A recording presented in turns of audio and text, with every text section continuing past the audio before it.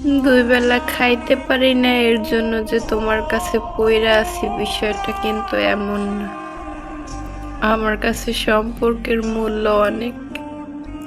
এই সম্পর্কের পিছনে জীবনের অনেকটা সময় দিয়ে দিয়েছি। এই সম্পর্কের কারণে মা বাবার কাছে বোঝা হইছি, সমাজের কাছে কলঙ্কিত হইছি, নিজের কাছে নিজে অপমানিত হইছি, লজ্জিত হইছি অনেকবার, হাজারবার।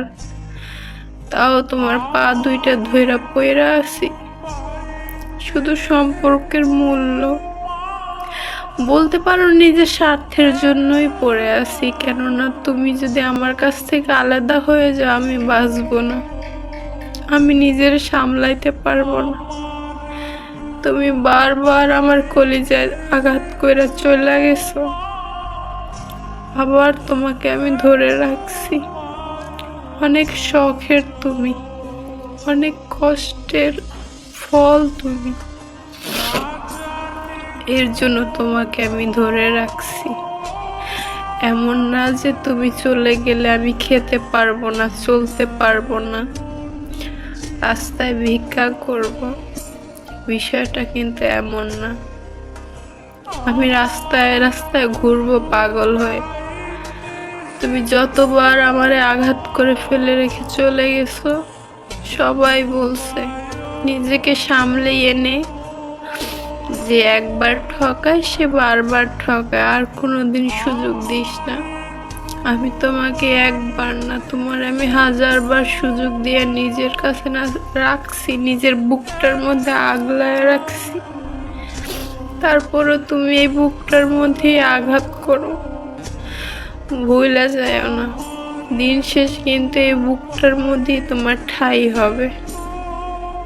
আর সেই বুকেই যদি অশান্তি থাকে, শান্তির ঘুম কিন্তু তোমারও হবে না।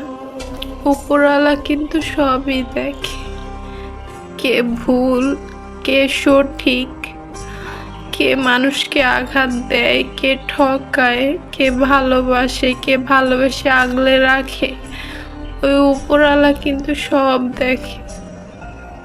আজ আমি ভালোবাসার জন্য অসহায়ের মতো তোমার পায়ের কাছে পইরা থাইকা কান্না করি, তোমার গায়ে লাগে না। একদিন তুমি এই ভালোবাসা খুঁজেও কোনোদিন পাবা না।